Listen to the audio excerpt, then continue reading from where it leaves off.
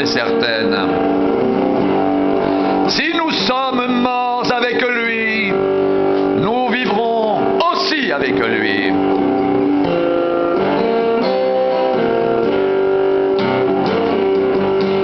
Si nous persévérons, nous régnerons aussi avec lui. Si nous le renions, lui aussi nous reniera. Si nous sommes infidèles, il demeure fidèle, car il ne peut se renier lui-même. Rappelle ces choses en conjurant devant Dieu qu'on évite les disputes de mots qui ne servent qu'à la ruine de ceux qui les écoutent.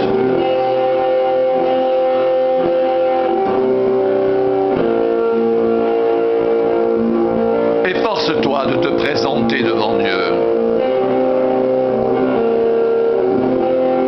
comme un homme éprouvé, un ouvrier qui n'a point à rougir,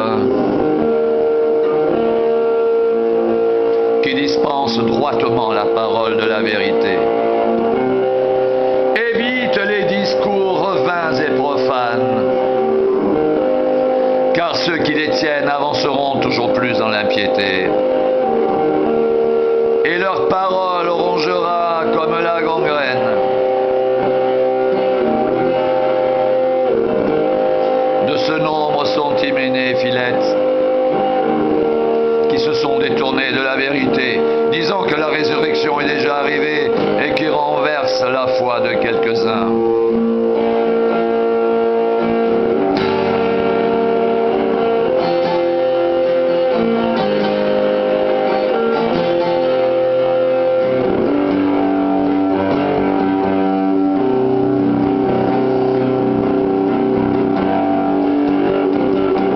Néanmoins, le solide fondement posé par Dieu subsiste, avec ces paroles qui lui servent de sceau.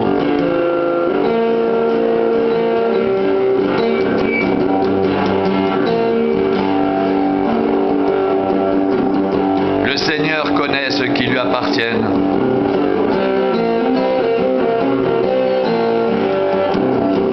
Quiconque prononce le nom du Seigneur, qu'il s'éloigne de l'iniquité.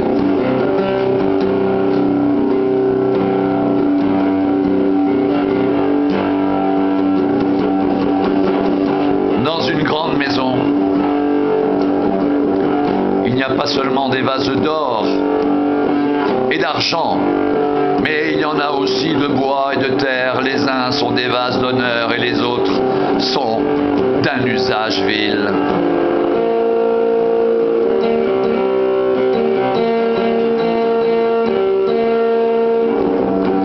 Si donc quelqu'un se conserve pur, en s'abstenant de ces choses, il sera un vase d'honneur sanctifié, utile à son maître, propre à toute bonne œuvre.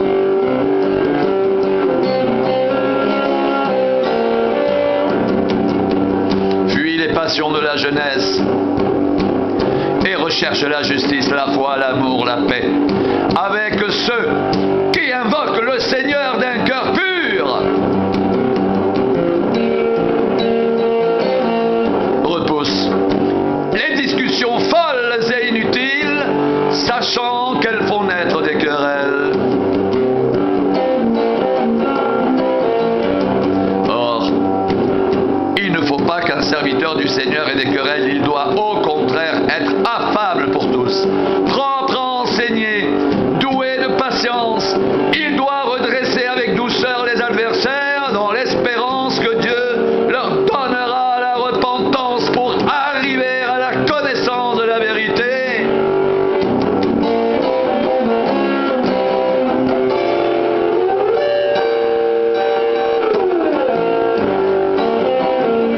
Et que revenus à leur bon sens,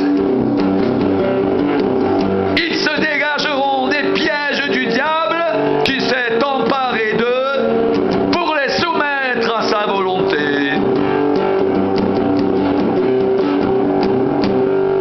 Sache que dans les derniers jours, viendra des temps difficiles. Car les hommes seront égoïstes, amis de l'argent, fanfarons, hautains, blasphémateurs, rebelles à leurs parents, ingrats, irreligieux, insensibles, déloyaux, calomniateurs, intempérants, cruels, ennemis des gens de bien, traîtres, emportés, enflés d'orgueil, aimant le plaisir plus que Dieu.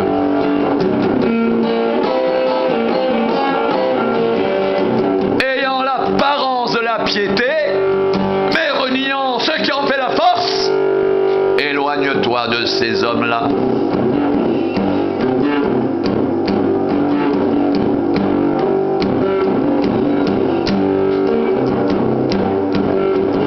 Il en est parmi eux qui s'introduisent dans les maisons et qui captivent de faibles femmes chargées de péché, agitées par des passions de toute espèce, apprenant toujours et ne pouvant jamais arriver à la connaissance de la vérité. De même que Janès et Chambrès s'opposèrent à Moïse, de même ces hommes s'opposent à la vérité, étant corrompus d'entendement, réprouvés en ce qui concerne la foi.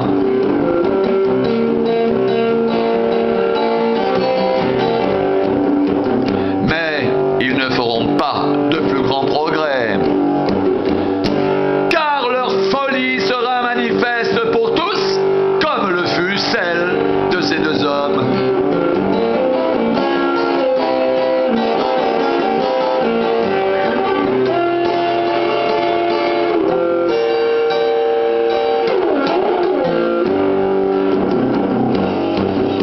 Pour toi, tu as suivi de près mon enseignement, ma conduite, mes projets, ma foi, ma douceur, mon amour, ma constance, mes persécutions, mes souffrances.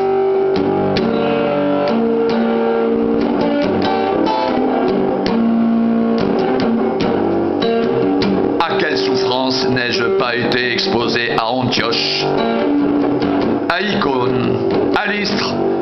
Quelle persécution n'ai-je pas supportée?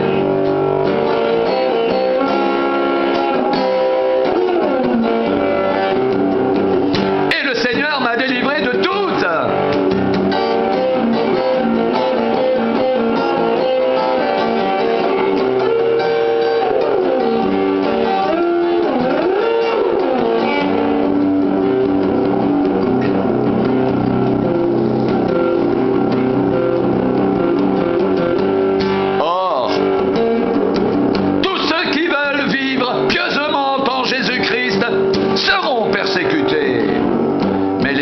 Méchants et imposteurs avanceront toujours plus dans le mal, égarant les autres et égarés eux-mêmes.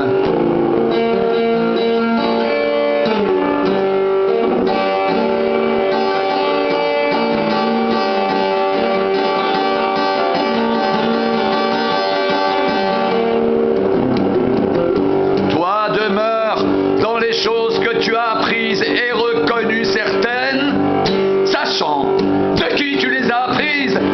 Dès ton enfance, tu connais les saintes lettres qui peuvent te rendre sage à salut par la foi en Jésus-Christ. Toute écriture est inspirée de Dieu et utile pour enseigner, pour convaincre, pour corriger, pour instruire dans la justice, afin que l'homme de Dieu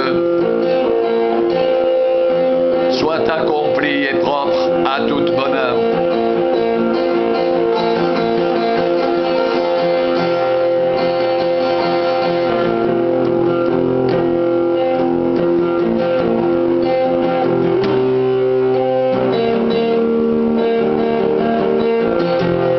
Je t'en conjure devant Dieu et devant Jésus-Christ qui doit juger les vivants et les morts,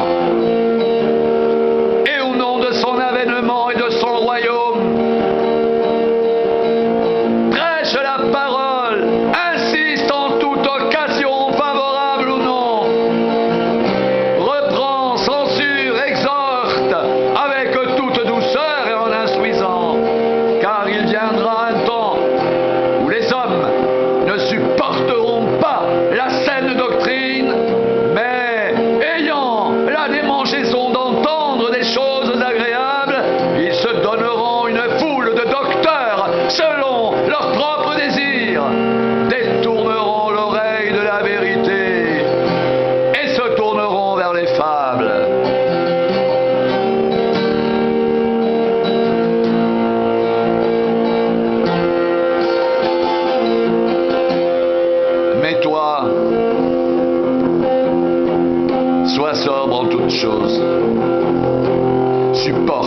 France.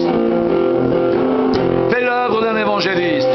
Remplis bien ton ministère, car pour moi, je sers déjà de libation. Et le moment de mon départ approche.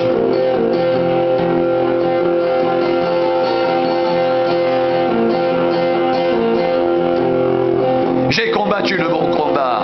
J'ai achevé la course. J'ai gardé la foi. Désormais, la couronne de justice m'est réservée. Le Seigneur, le juste juge, me la donnera dans ce jour-là.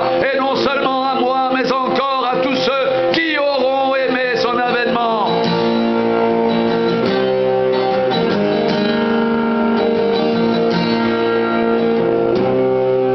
Viens au plus tôt vers moi. Car Démas m'a abandonné par amour pour le siècle présent. Et il est parti pour Thessalonique. Crescens s'est allé en Galatie, Tite en Dalmatie. Luc seul est avec moi. Prends Marc et amène-le avec toi, car il m'est utile pour le ministère. J'ai envoyé Tychique à Éphèse. Quand tu viendras, porte le manteau que j'ai laissé à Troas, chez Carpus, et les livres, surtout les parchemins. Alexandre le forgeron m'a fait beaucoup de mal. Le Seigneur lui rendra selon ses œuvres. Garde-toi aussi de lui, car il s'est fortement opposé à nos paroles. Dans ma première défense, personne ne m'a assisté. Mais tous m'ont abandonné. Que cela ne leur soit point imputé.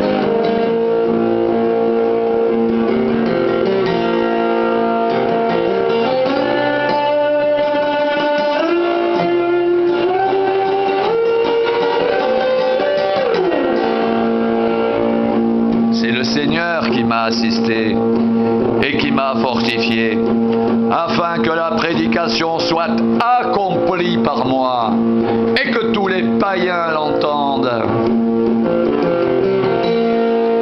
Et j'ai été délivré de la gueule du lion. Le Seigneur me délivrera de toute œuvre mauvaise et il me sauvera pour me faire entrer dans son royaume céleste. À lui soit la gloire au siècle des siècles. Amen.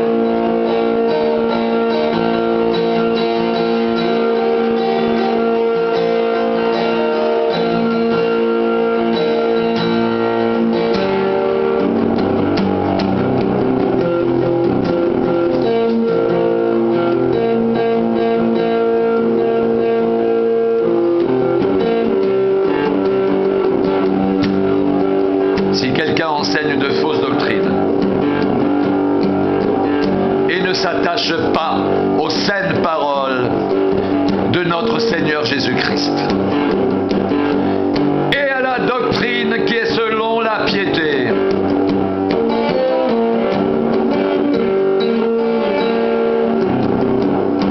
il est enflé d'orgueil, il ne sait rien, il a la maladie des questions oiseuses et des disputes de mots, d'où naissent l'envie, les querelles, les calomnies, les mauvais soupçons, les vaines discussions d'hommes corrompus d'entendement, privés de la vérité et croyant que la piété est une source de gain. C'est en effet une grande source de gain que la piété avec le contentement, car nous n'avons rien à porter dans le monde et il est évident que nous n'en pouvons rien emporter. Si donc nous avons la nourriture et le vêtement, cela nous suffira.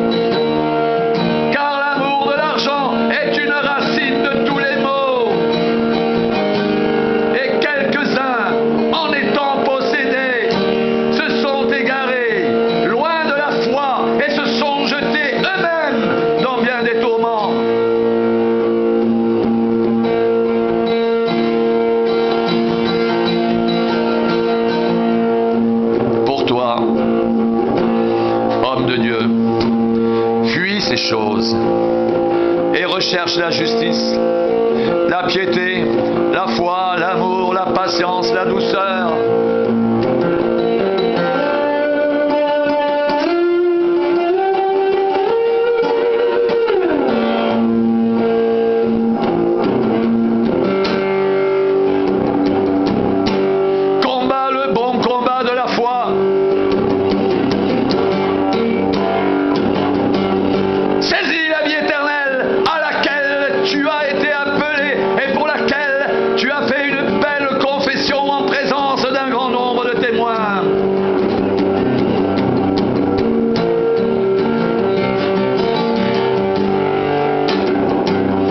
Je te recommande devant Dieu, qui donne la vie à toutes choses, et devant Jésus-Christ, qui fit une belle confession devant Ponce Pilate, de garder le commandement et de vivre sans tache, sans reproche, jusqu'à l'apparition de notre Seigneur Jésus-Christ, que manifestera en son temps le bienheureux et seul souverain, le roi des rois et le Seigneur des seigneurs, qui seul possède l'immortalité, qui habite une lumière inaccessible, que nul homme n'a vue, ni ne peut voir, à qui appartiennent l'honneur et la puissance éternelle. Amen.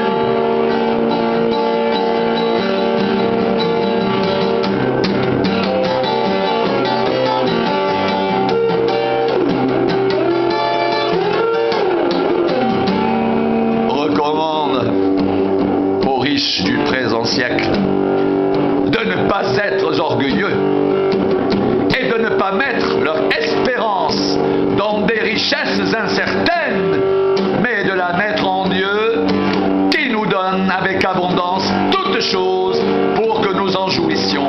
Recommande-leur de faire du bien, d'être riche en bonnes œuvres, d'avoir de la libéralité, de la générosité, et de s'amasser ainsi pour l'avenir un trésor placé sur un fondement solide, afin de saisir la vie véritable. Ô Timothée, garde le dépôt, en évitant les discours vains et profanes et les disputes de la fausse science, dont font profession quelques-uns qui se sont ainsi détournés de la foi. Que la grâce soit avec vous.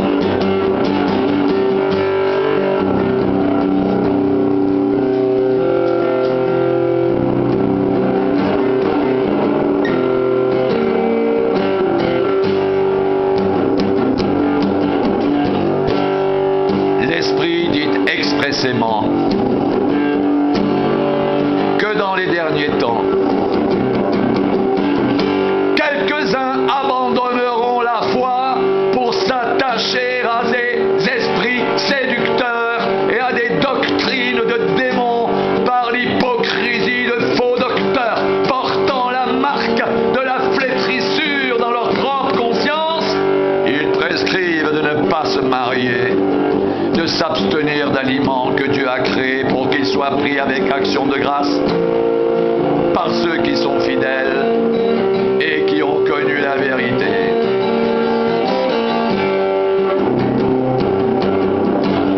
Car tout ce que Dieu a créé est bon, et rien ne doit être rejeté, pourvu qu'on le prenne avec action de grâce.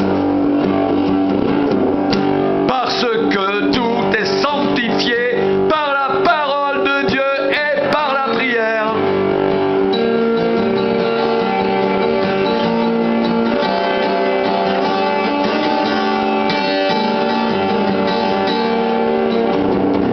En exposant ces choses aux frères, tu seras un bon ministre de Jésus-Christ, nourri des paroles de la foi et de la bonne doctrine que tu as exactement suivies.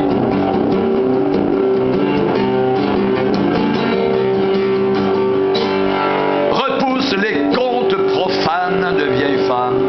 Exerce-toi la piété, car l'exercice corporel est utile à peu de choses, tandis que la piété est utile à tout. Elle a la promesse de la vie présente et de celle qui est à venir. C'est là une parole certaine et entièrement digne d'être reçue. Nous travaillons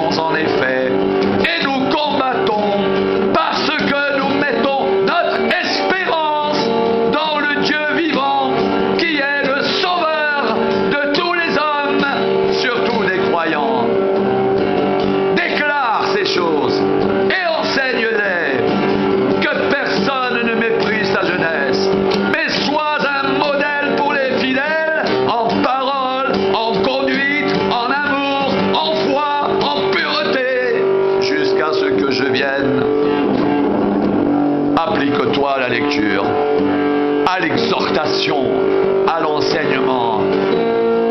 Ne néglige pas le don qui est en toi et qui t'a été donné par prophétie avec l'imposition des mains de l'Assemblée des anciens.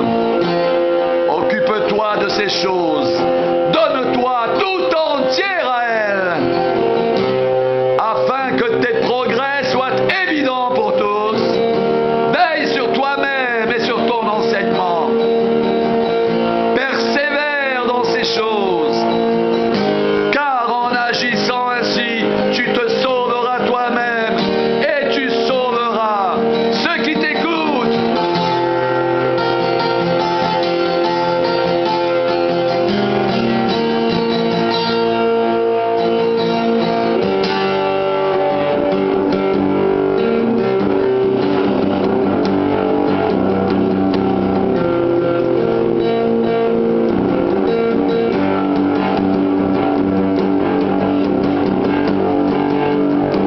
Je te rappelle l'exhortation que je t'adressais à mon départ pour la Macédoine, lorsque je t'engageais à rester à Éphèse, afin de recommander à certaines personnes de ne pas enseigner d'autres doctrines, et de ne pas s'attacher à des fables et à des généalogies sans fin qui produisent des discussions plutôt qu'elles n'avancent l'œuvre de Dieu dans la foi.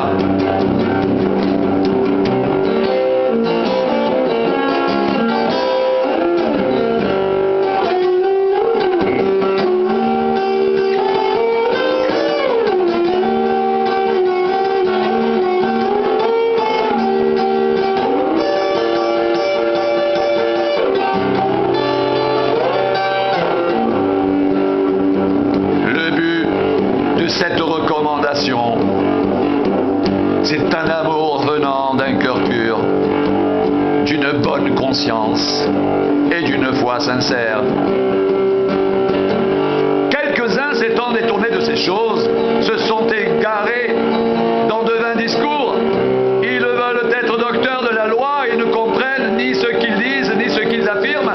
Nous n'ignorons pas que la loi est bonne, pourvu qu'on en fasse un usage légitime. Nous savons bien que la loi n'est pas faite pour le juste, mais pour les méchants et les rebelles, les impies et les pécheurs, les irreligieux et les profanes, les parricides et les meurtriers, les débauchés, les infâmes, les voleurs d'hommes, les menteurs, les parjures et tout ce qui est contraire à la saine doctrine, conformément à l'évangile de la gloire du Dieu bienheureux, évangile qui m'a été confié.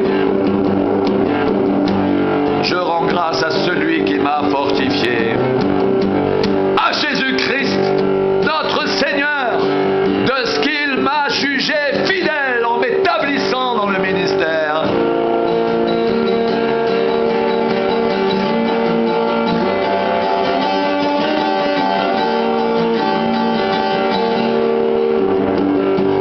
Moi qui étais auparavant un blasphémateur, un persécuteur, un homme violent, mais j'ai obtenu miséricorde parce que j'agissais par ignorance, dans l'incrédulité. Et la grâce de notre Seigneur a surabondé avec la foi et l'amour qui est en Jésus-Christ. C'est une parole certaine et entièrement digne d'être reçue que Jésus-Christ est venu dans le monde pour sauver les pécheurs, dont je suis le premier. Mais j'ai obtenu miséricorde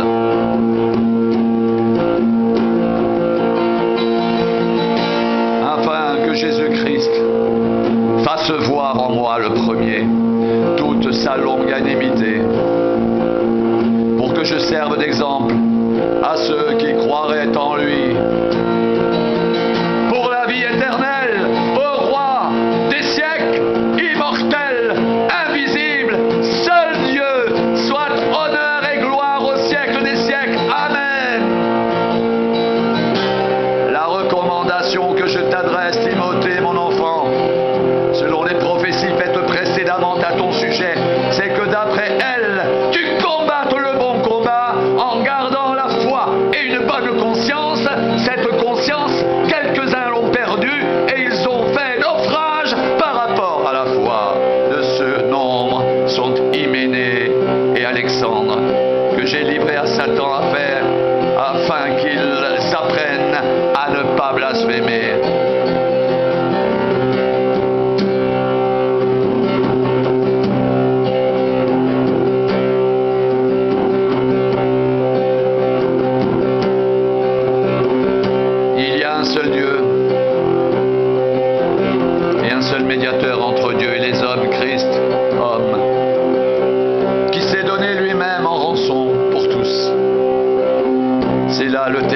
témoignage rendu en son propre temps et pour lequel j'ai été établi prédicateur et apôtre.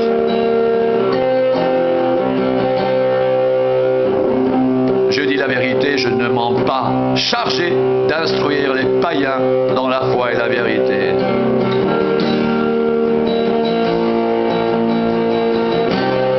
Je veux donc que les hommes prient en tout